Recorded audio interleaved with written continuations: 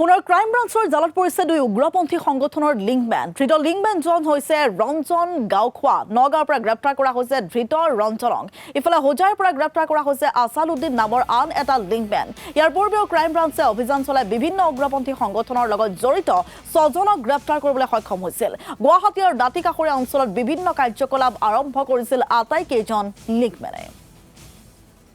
crime branch PS case number 02-2025 এই সংক্ৰান্তক আগতে আপোনালোকক জনাইছিলোঁ যে 6জন ইতিমধ্যে গ্ৰেপ্তাৰ হৈছিলে আৰু কিবা হলে অগ্ৰগতি জনাম বুলি কৈছিলোঁ এই কেছটোত আমি আৰু দুজন OGW বা লিংকমেন বুলিও ক'ব পাৰে যি উত্তৰ পূবৰ বিভিন্ন উগ্ৰপন্থী সংগঠনবিলাকৰ অভাৰগ্ৰাউণ্ড ৱৰ্কাৰ হিচাপে কাম কৰি আছিল আমি আৰু দুজন এপ্ৰেহেণ্ড কৰিছোঁ তেওঁলোকৰ নাম এজনৰ নাম আছাবুদ্দিন তেওঁৰ ঘৰ হোজাইত আৰু এজন ৰঞ্জন গাঁওখোৱা তেওঁৰ ঘৰ নগাঁৱত এই দুজনক ইতিমধ্যে এই কেছটোৰ সংক্ৰান্তত আমি আটক কৰিছোঁ আৰু তেওঁলোকক আজি ফৰৱাৰ্ড কৰা হ'ব